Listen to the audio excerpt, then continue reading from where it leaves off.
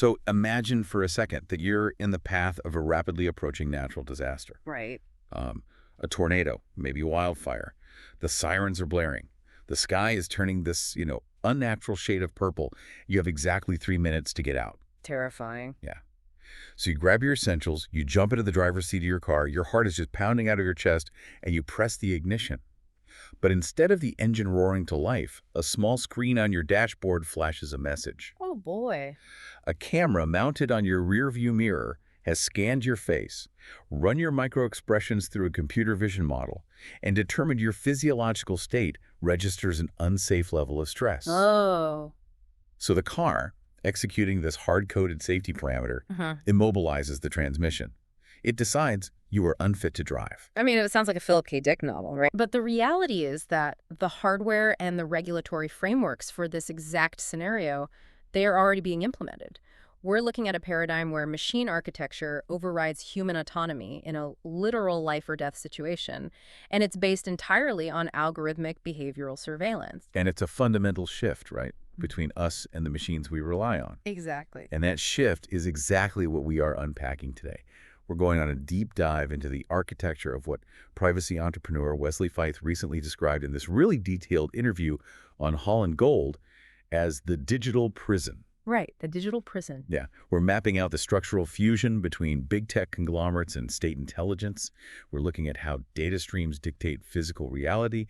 And probably most importantly, we are mapping out the precise cryptographic and hardware tools you can actually use to bypass this infrastructure. Because the terrain we are covering today is complex. I mean, we are analyzing the mechanics of decentralized data breaches, the infrastructure requirements of centralized digital IDs, the deployment of perceptual hashing. Which sounds incredibly complicated. It does, but we'll break it down. We're also looking at the global predictive policing models pioneered by firms like Palantir.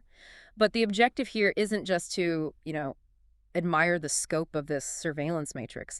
It's to reverse engineer it. Right. By understanding the data pipelines, we can identify the bottlenecks and apply bottom-up technological solutions to basically reclaim our operational security.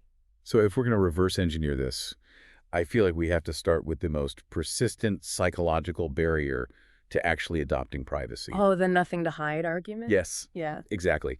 When you look at the architecture of these tracking systems, the most common objection from the public is always, well, I have nothing to hide. Right. People operate under this assumption that if they aren't engaging in, illicit activity, mass data harvesting has no material impact on their daily lives. And that fallacy stems entirely from the fact that digital data streams lack physical friction. What do you mean by physical friction? Well, think about it like this. If an intelligence agent were physically tailing you all day... Like a guy in a trench coat. Exactly. Logging your geospatial coordinates, recording your financial transactions at the coffee shop, and mapping your social graph by literally writing down the name of everyone you spoke to, the biological threat response would be immediate. Yeah, you'd recognize it as stalking. You'd call the police. Right. But because data exfiltration happens silently via these background APIs on a device in your pocket, the human brain just fails to process the intrusion. The corporatist system, this interlocking network of data brokers, telecom providers, and state agencies, it absolutely relies on that sensory disconnect. I always think of it like the radiation analogy. Oh, that's a good one. Right. You can't taste or smell ionizing radiation, but it alters your cellular structure regardless of your sensory perception. The data streams operate the exact same way. They alter your digital and physical environment dynamically. Oh. And the source actually gave the best counter to that nothing to hide argument. The smartphone test. Yes, the practical stress test. If you ask someone making that argument to just hand over their unlocked smartphone, offering full access to their banking ledger, their private WhatsApp histories, their photo gallery. The refusal is always instantaneous. Immediate. Like, no way are you looking at my phone. Because they intuitively understand context collapse. Right. Data stripped of its context can be weaponized. And when we examine where this data ultimately flows, we have to look past the surface-level consumer apps.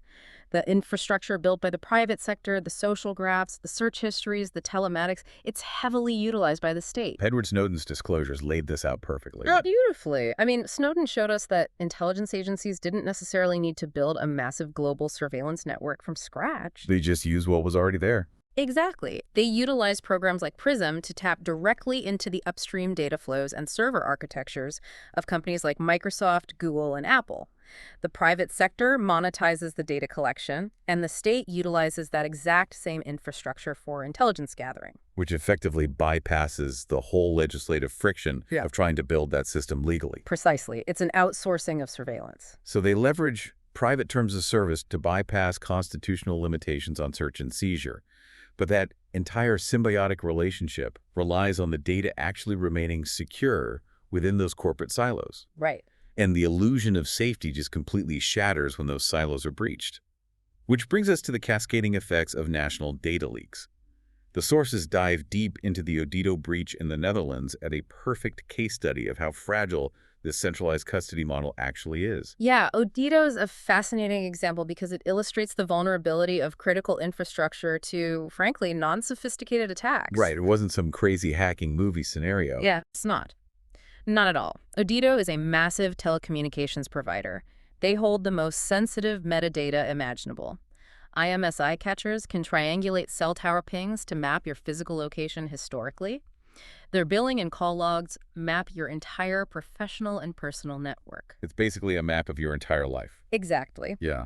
But the breach by the hacker group Shiny Hunters didn't require breaking advanced cryptography. It was achieved through social engineering. Wait, so they just tricked someone? Basically, yeah.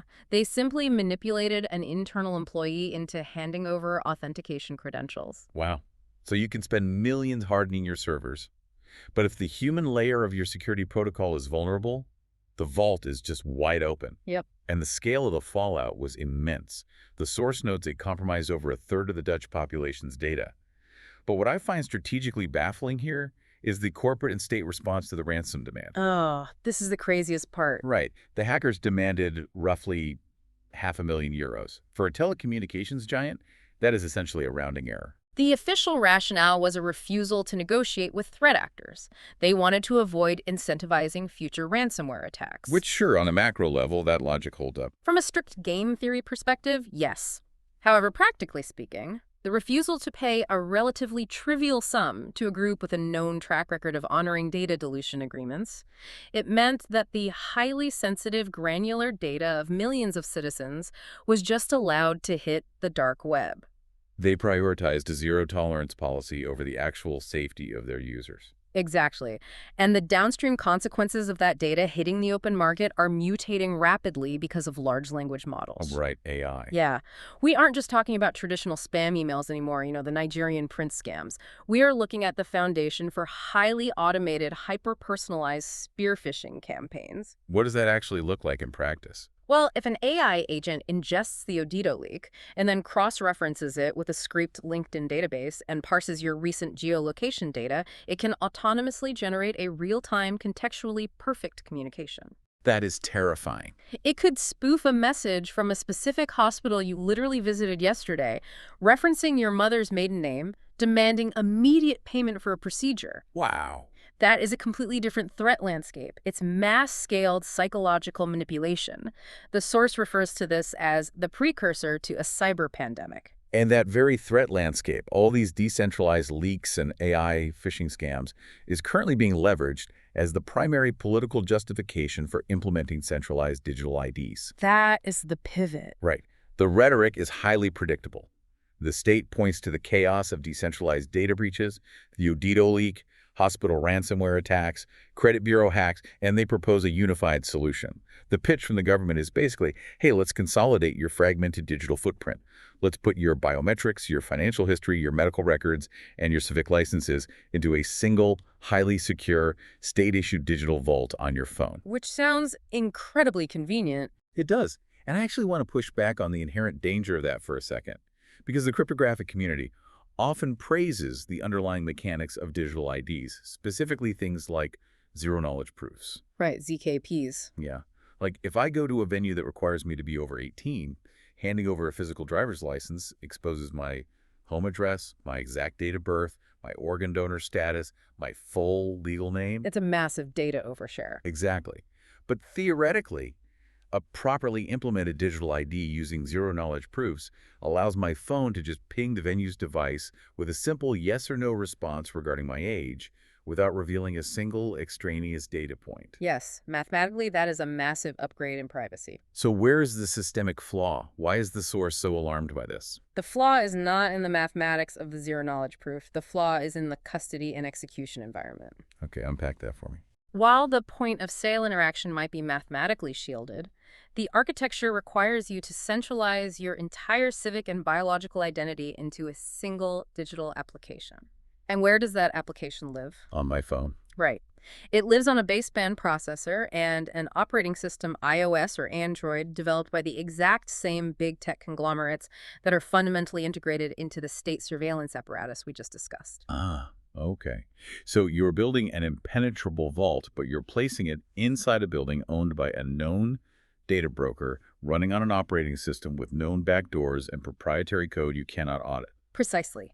It creates the ultimate honeypot and a single point of failure. Furthermore, the entity that issues the digital ID retains the power to revoke it or alter the parameters of its use. So they have the master switch. Exactly. If your entire ability to interact with the physical and digital world is routed through a single state-issued cryptographic key, the state possesses absolute leverage.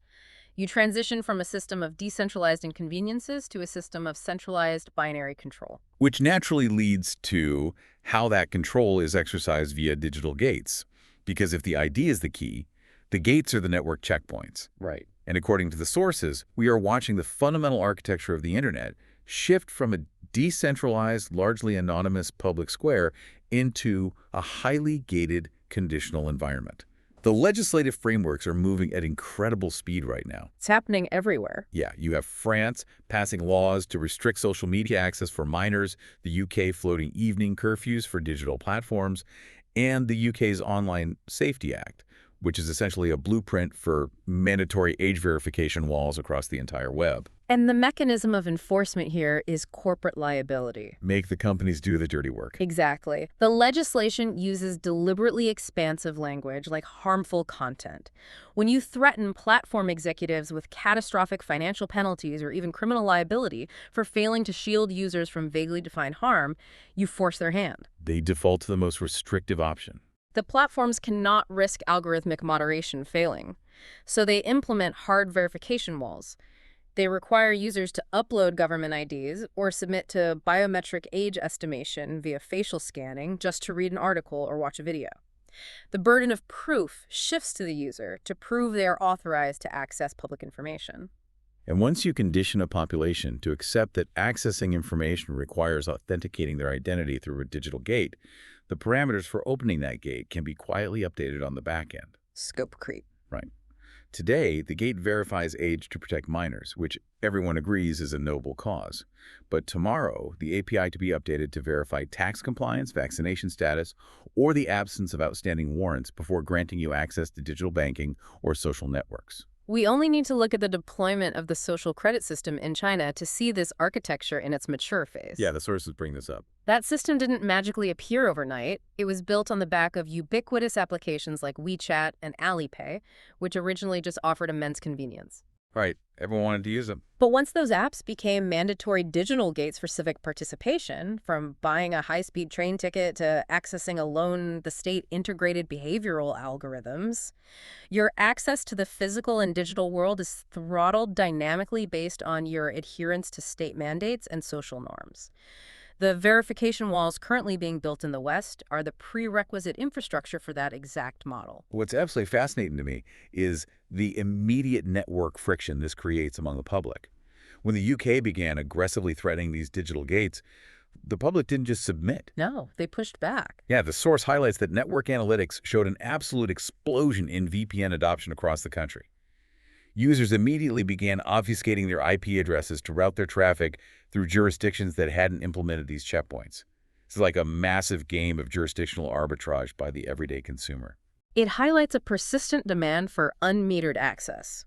However, while VPNs can tunnel through public gates, the surveillance apparatus is simultaneously targeting the inner sanctum of digital life, which is end-to-end encryption. Right, our private locked rooms. The European Union's push for chat control legislation, heavily driven by figures like Ylva Johansson, is arguably the most aggressive legislative assault on cryptography we've seen in the modern era. Let's really dig into the mechanics of chat control, because the lobbying behind it is incredibly sophisticated. The sources detail how you have organizations like Thorn, which actor Ashton Kutcher is heavily involved with driving this narrative that we must dismantle encryption to combat child sexual abuse material, or CSAM. Right. It is a highly emotive, undeniable moral imperative used as a battering ram against cryptographic security. No one wants to be on the side of defending CSAM. The stated goal is undeniable, but the technical implementation they are proposing fundamentally breaks the mathematics of secure communication. It destroys the concept of letter secrecy. Break that down for us. How does it actually work? Okay, so currently, end-to-end encryption ensures that a message is encrypted locally on your device, and it can only be decrypted by the recipient's private key. The server routing the message just sees garbled ciphertext. Right. Chat control proposes a mandate for client-side scanning. This means forcing applications to integrate algorithms like perceptual hashing that scan your text, your images, and your videos locally on your device before the encryption protocol is ever applied. So wait, it's not breaking the encryption in transit. It's bypassing it entirely by placing a mandated surveillance agent on the silicon of my device itself. Yes. It scans the unencrypted data, hashes it, checks that hash against a centralized database of illicit material, and only allows the message to be encrypted and sent if the algorithm basically approves it. Exactly. It essentially puts a government camera inside your private envelope before you even seal it. From a cybersecurity perspective, this introduces catastrophic vulnerabilities. Because you're forcing a backdoor. Right. First, perceptual hashing algorithms, like Apple's heavily criticized neural hash proposal, are highly susceptible to collision attacks. Meaning what, exactly? Meaning bad actors can mathematically manipulate completely benign images to trigger false positive, potentially framing innocent individuals. Second, you are intentionally installing a backdoor on every single device. History has proven flawlessly that if a backdoor exists, whether for state use or not, hostile intelligence services and organized crime will eventually exploit it. And the most glaring logical flaw here is the assumption that criminal syndicates will actually comply with the updated terms of service. Of course they won't. If Signal and WebFAP implement client-side scanning, sophisticated threat actors aren't going to use them. They will simply migrate to decentralized open-source communication protocols or just compile their own darknet applications. Exactly. The only demographic subjected to this algorithmic strip search will be the innocent, law-abiding citizenry.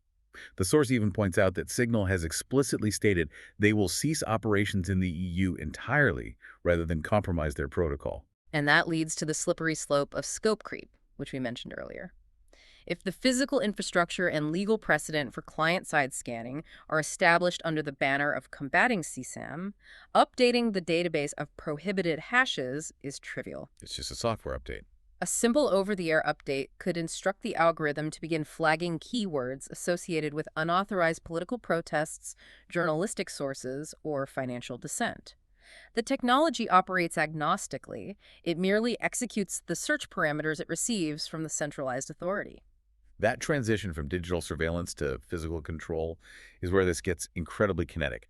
We mentioned the car immobilizing you during a natural disaster in the intro, and that is driven by European Union mandates surrounding ISA intelligent speed assistance and driver monitoring systems. Right, the hardware surveillance. Yeah. The modern vehicle is effectively a highly sensor-dense edge computing node on wheels. We have to look at the telemetry data these machines generate. Take a Tesla, for example. It is equipped with multiple external and internal cameras, radar, and ultrasonic sensors. It's processing gigabytes of data locally and pushing subsets to the cloud to train their neural networks in shadow mode. Which makes them entirely hackable. Yes. And the new EU mandate for inward-facing cameras specifically forces the integration of computer vision models trained to assess driver fatigue, gaze vectors, and physiological stress. And the car will literally refuse to start if it deems the driver unfit. This crosses a massive philosophical threshold. When you program an onboard computer to disable the transmission if the computer vision model detects high stress, you are stripping the human operator of contextual override. Exactly. A machine learning model does not understand the context of a rapidly approaching wildfire. It doesn't know there's a tornado. It only knows that the driver's biometric data exceeds the acceptable parameters for operation. We are legally mandating the removal of human agency in complex life-or-death physical environments. And when you network these vehicles, the threat vector expands from local immobilization to remote state intervention. We are seeing proposals that would grant law enforcement real-time access to vehicle telematics. So no more speed cameras. Right. Instead of deploying speed cameras or engaging in a physical pursuit, an automated system could query your vehicle's speed data directly and issue citations algorithmically.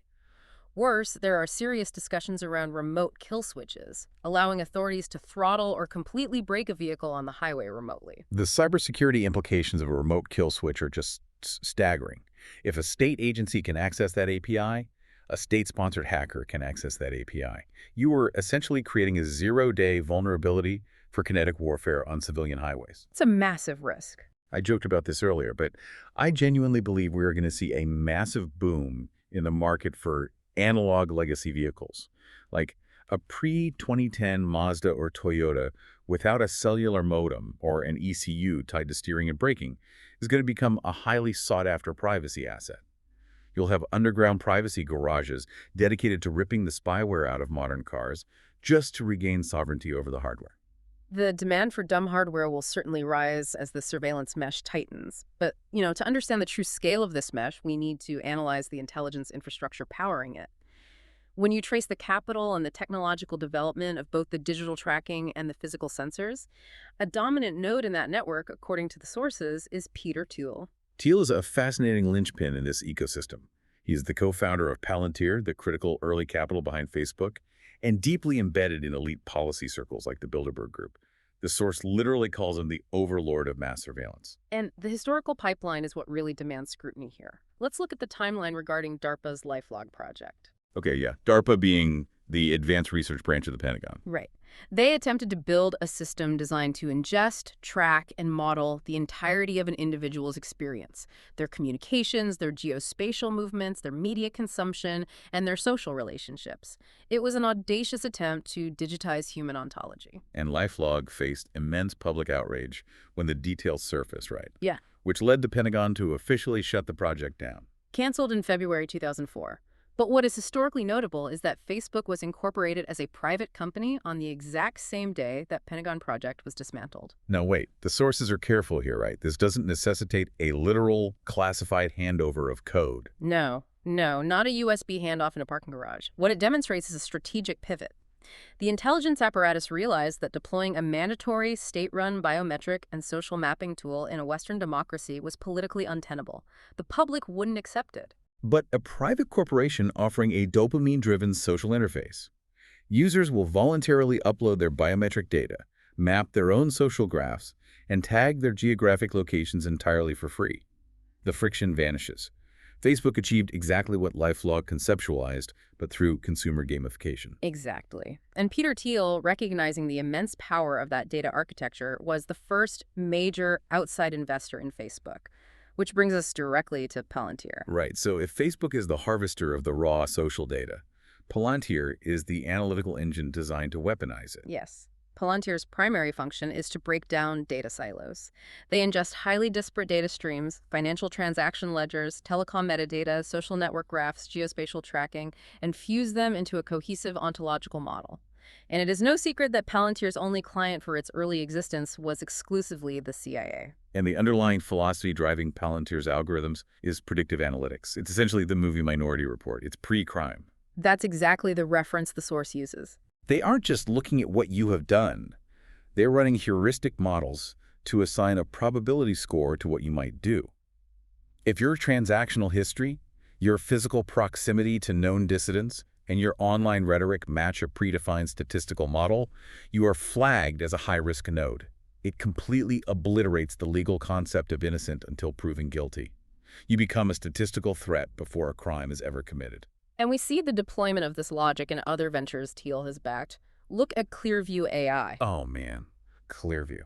Their methodology involved deploying aggressive web crawlers to scrape billions of publicly accessible faces across social media platforms, Facebook, Instagram, converting those images into vector embeddings, and creating a globally searchable facial recognition database available to law enforcement and private corporations. Without anyone's consent. Right.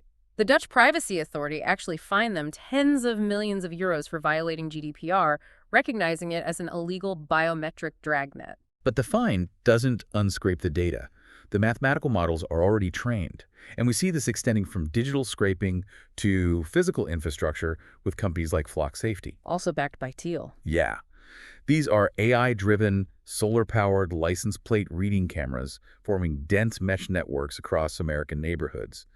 They aren't just reading plates to catch speeders, they are logging the make, model, color, and frequency of every vehicle, feeding that into a centralized, searchable database. And the physical pushback has been intense. The sources mention citizens literally using angle grinders to saw the camera poles down because the feeling of being constantly tracked in physical space is just so visceral. And we must remain completely objective when analyzing the application of these predictive models because the sources point out they are utilized indiscriminately across the political and geopolitical spectrum. Right. This isn't a left or right issue. Exactly. For instance, data analytics firms utilizing Palantir's architecture were deployed during the Trump administration to optimize the logistical targeting of specific demographics for vaccine distribution based on behavioral modeling. And on a much more lethal scale, the sources impartially report that the Israeli military has utilized AI-driven targeting systems, such as the Lavender program, in the Gaza conflict. According to the data, these systems process vast amounts of intelligence to assign a threat probability score from 1 to 100 to individuals, which then dictates resource allocation for drone strikes. When algorithmic probability determines the kinetic elimination of a human target, the data stream is literally a matter of life and death. The margin for error in those statistical models is just terrifying. Now, a really common reaction I hear from people when we talk about Palantir is, well, I'll just opt out. Right, the digital hermit approach. Yeah. They assume if they delete Facebook, avoid social media, and don't use modern software, they're invisible to these models. But the expert in the source makes it clear that it's a fundamental misunderstanding of network theory. These systems construct highly detailed shadow profiles. Yes. Can you explain the mechanics of a shadow profile? Yeah. Because I think a lot of people rely on the idea of just abstaining. A shadow profile is constructed using the negative space you occupy in the network. Even if you have never created an account, the algorithm analyzes the data of the people who interact with you. So my friends sell me out without knowing it. Basically, if 3 of your colleagues upload their contact books to a messaging app like WhatsApp, the system correlates your phone number, email, and name. It analyzes the GPS data of those colleagues when their phones are in proximity to yours. It analyzes the metadata of emails sent to you. Through graph theory, the algorithm can accurately deduce your location, your professional network, your likely socioeconomic status, and even your political leanings, entirely based on the digital exhaust of the people around you. You are modeled without ever consenting or participating. So abstaining might limit direct exposure, but it doesn't solve the core problem of systemic tracking. And if Palantir maps our social lives, and smart cars map our physical movement, the final, most critical pillar of control is how we transact. We have to examine the financial front. If you control the money, you control a person's survival. The entire architecture of global finance is currently undergoing a structural pivot towards central bank digital currencies, or CBDCs. A digital euro, the digital dollar. Right. And the rhetoric surrounding this rollout is highly engineered. The European Central Bank, for instance, frequently refers to the digital euro as an evolution of digital cash. The source notes that framing gives them chills. Because from a strict economic and cryptographic perspective, that terminology is not just misleading, it is an outright inversion of reality. A CBDC is the exact antithesis of cash. Let's break down the mechanics of true cash to understand why. Physical cash, like a physical $20 bill, has 2 non-negotiable properties. First, it is a bearer instrument that settles instantly without third-party surveillance. When I hand you a bill at a farmer's market, the ledger is cleared the moment the paper changes hands. There is no central database recording the time, location, or participants. True peer-to-peer. Exactly. And second, it is permissionless. No third party can intercede and block the transaction at the point of sale. A CBDC actively dismantles both of those properties. Because a CBDC is an account-based ledger managed centrally by the state or the central bank, every single fraction of a cent is tracked from creation to destruction.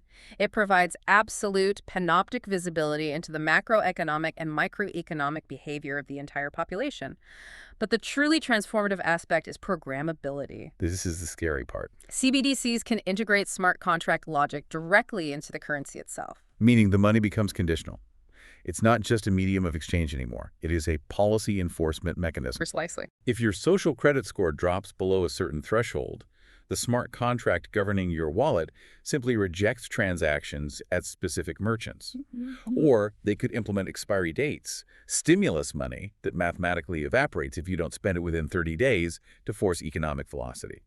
Or carbon allowances, where your wallet blocks the purchase of fuel once you hit your algorithmic quota. It creates a system of perfectly enforced, inescapable economic sanctions at the individual level. Now, many people look to the cryptocurrency space, specifically Bitcoin, as the decentralized escape hatch from this fiat panopticon. Because the original cypherpunk vision for Bitcoin was exactly that. Yeah. Peer-to-peer electronic cash. Right, but we have to address the reality of how Bitcoin's ledger actually operates under forensic scrutiny today. Yeah, the misconception that Bitcoin is anonymous is incredibly persistent. Yeah. It's not anonymous. It is entirely transparent. It's pseudonymous. Yeah. The Bitcoin blockchain is a permanently public, unalterable ledger. Every single transaction is broadcast to the network. While your real name isn't inherently tied to your alphanumeric wallet address, the flow of the UTXOs, the unspent transaction outputs, is visible to literally anyone with an internet connection. And that transparency has birthed an entire industry of blockchain forensics, dominated by firms like Chainalysis, which, unsurprisingly, have deep ties to U.S. intelligence apparatuses. These firms use heuristic clustering algorithms. If you ever interact with a centralized exchange that requires know your customer documentation, meaning you uploaded your passport or ID to buy the Bitcoin Chainalysis, links that identity to your wallet address. From that moment on, they can trace every hop that money makes forward and backward in time forever. We saw the brutal effectiveness of this during the Canadian trucker protests. The state didn't need to break Bitcoin's cryptography to stop the funding. They simply used blockchain forensics to identify the wallets of the organizers and the donors, and then they blacklisted those addresses. They legally mandated that no centralized exchange or regulated financial entity could interact with those UTXOs. It essentially froze the funds in plain sight. Which introduces a fatal flaw for Bitcoin functioning as everyday money: the destruction of fungibility. Explain fungibility for the audience. Fungibility is an absolute prerequisite for a functioning currency. It means one unit is completely indistinguishable from another unit. If you hand me a gold coin, I don't need to audit its history for the past 20 years to know if it was used in a crime. Its value is derived purely from its material weight. But if you try to pay me in Bitcoin, and a forensic firm has flagged your specific UTXOs as being 2 hops away from a darknet market or a politically blacklisted entity, that Bitcoin is tainted. And I might refuse to accept it. Because if I take your tainted Bitcoin, my wallet is now associated with your risk profile, and an exchange might freeze my account when I try to convert it to fiat to pay my rent. The money is no longer fungible. It has a permanent, highly visible history. So if Bitcoin is fundamentally transparent and CBDCs are programmable control mechanisms, how do you actually preserve financial autonomy? This is where the source turns to the underlying technology of privacy coins. Right. Protocols like Monero and Dero, which tackle the fungibility problem at the base layer. Monero doesn't rely on users opting into a privacy feature. The core protocol encrypts the sender, the receiver, and the transaction amount by default. How does it do that without breaking the ledger? It utilizes ring signatures to obfuscate the origin of the funds, stealth addresses to ensure the receiver's address never actually appears on the public blockchain, and zero-knowledge range proofs, known as bullet proofs, to verify that the transaction amounts balance without ever revealing the actual numbers. So it essentially functions as a digital black box. The network nodes can verify cryptographically that the transaction is mathematically valid and no coins were double spent, but they cannot see who sent what to whom. It restores the fungibility of digital cash. And Dero advances this by integrating homomorphic encryption to allow for private smart contracts.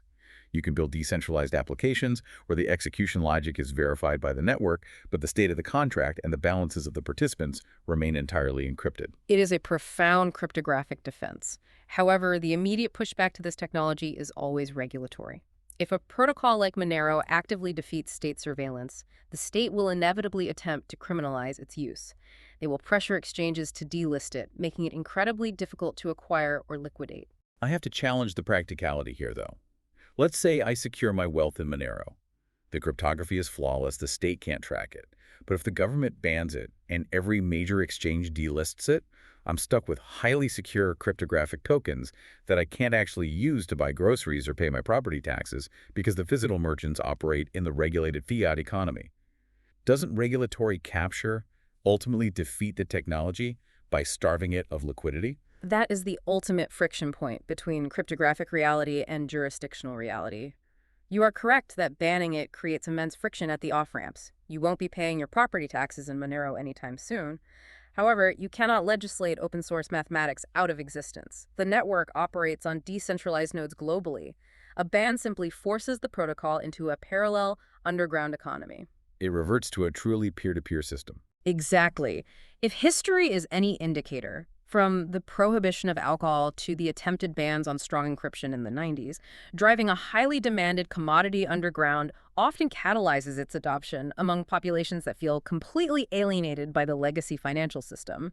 It becomes the currency of the counter-economy. It becomes a robust black market protocol. Huh. And building that parallel, resilient infrastructure is really the ultimate takeaway from all these sources. Right. When you absorb the full scope of this, the compromised telecommunications, the digital gates, the biometric scanning, the financial tracking, it is incredibly easy to just succumb to total technological nihilism, to just give up. It is overwhelming. But the sources are adamant that the solution is a bottom-up revolution. You cannot vote hard enough to make the surveillance state dismantle itself, and you cannot expect multi-trillion-dollar tech conglomerates to suddenly prioritize your civil liberties over their data monetization models.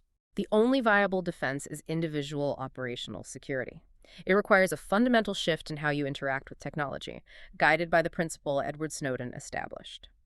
The best way to protect your privacy is to not give it away in the first place. You have to minimize your attack surface. And the tools to do this have evolved far beyond the clunky command line interfaces required a decade ago. They are now highly accessible to the everyday consumer. Let's start with the most critical vector, the smartphone. It is a highly advanced tracking device equipped with microphones and cameras that you willingly carry into every single private space in your life. The most impactful shift you can make is abandoning the stock operating systems that are heavily compromised by data harvesting and moving to a hardened, privacy-respecting OS like GrapheneOS. GrapheneOS is a masterclass in security engineering. It is a custom open-source operating system compiled from the Android open source project, but it completely strips out Google Play services. Which is the foundational tracking layer on standard Android devices. Exactly, but it goes much deeper than just removing Google. GrapheneOS implements heavy memory hardening, a hardened memory allocator, and extremely strict sandboxing protocols. Explain how that sandboxing actually functions in practice, because I think that's the real magic of it. You can actually still run mainstream apps without letting them harvest your entire life, right? Correct. Sandboxing means the operating system creates an isolated, virtualized environment for each application. On a standard OS, apps often communicate in the background. They scrape your clipboard, they read your contact list, they access your file system to build a comprehensive profile of you. Right. On GrapheneOS, you can install a sandboxed compatibility layer for Google Play. So you can run Google Maps, but the OS physically restricts maps from accessing your contacts, your hardware identifiers, or other apps. When you close the app, the sandbox is frozen. You force the application to operate in a vacuum. It gives you the utility of the software without paying the tax of your metadata. And the physical security features of GrapheneOS are incredible. The source talks about the duress peon, which is a perfect example of engineering for worst-case scenarios. Oh, the duress peon is brilliant. If you are forced to unlock your device by a hostile actor, or say at a border crossing where they demand your phone, you can input a secondary, pre-programmed peon. The moment the OS registers that specific string of numbers, it triggers the secure enclave to instantly wipe the cryptographic keys required to decrypt the storage. The device factory resets in milliseconds. It guarantees that even under extreme physical coercion, the data remains completely inaccessible. And, alongside hardware sovereignty, you have to secure your network transit. This requires routing your traffic through a trusted VPN. The objective is to blind your local internet service provider from logging your DNS requests and your web traffic. However, the sources issue a strong warning that the VPN industry is rife with malicious actors and data brokers masquerading as privacy tools. You really have to look at the architecture of the VPN itself. The sources specifically highlight Mulvad, which operates on a deeply impressive privacy model. They explicitly mention there's no affiliate connection here, it's just a solid tool. They don't even ask for an email address to create an account. They just generate a random account number. And more importantly, their server architecture is entirely RAM-based. That is the critical distinction. A diskless, RAM-only server physically cannot store persistent logs of user activity. Even if the server is raided and physically seized by law enforcement, the moment the power is cut, the volatile memory is wiped. There is no historical traffic data to hand over. You combine a secure OS, a RAM-only VPN using the WireGuard protocol, and end-to-end encrypted messaging, and you effectively blind the mass surveillance dragnets. But the technology only works if it is coupled with a behavioral shift in the real world.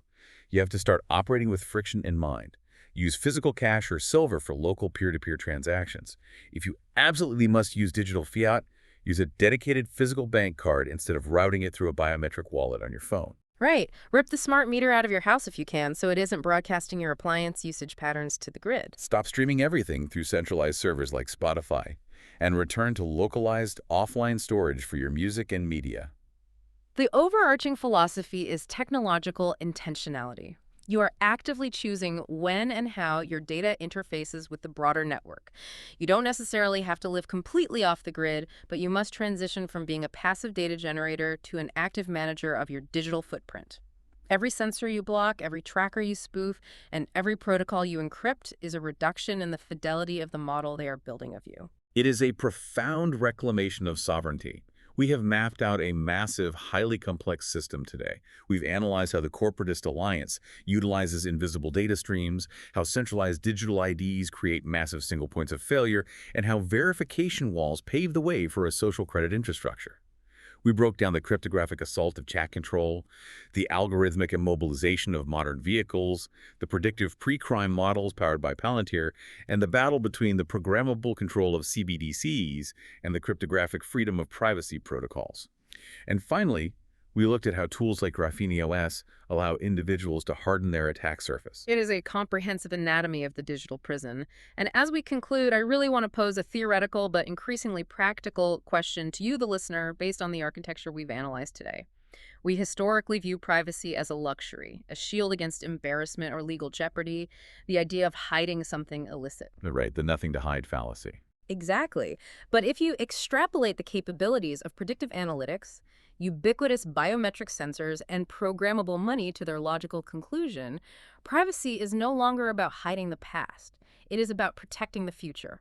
If an interlocking algorithmic system possesses absolute knowledge of your physiological responses, your social network, your location, and your capital, and it uses that data to preemptively throttle your physical and economic movement before you even make a choice, does free will actually exist in that environment? Or are you simply a managed node reacting to the parameters set by the machine? If a machine knows everything you will ever do, are you truly free? When the algorithm knows you better than you know yourself, autonomy just becomes an illusion. Thank you for joining us on this deep dive. Start aggressively auditing your data streams today, build some friction into your network, and we will see you next time.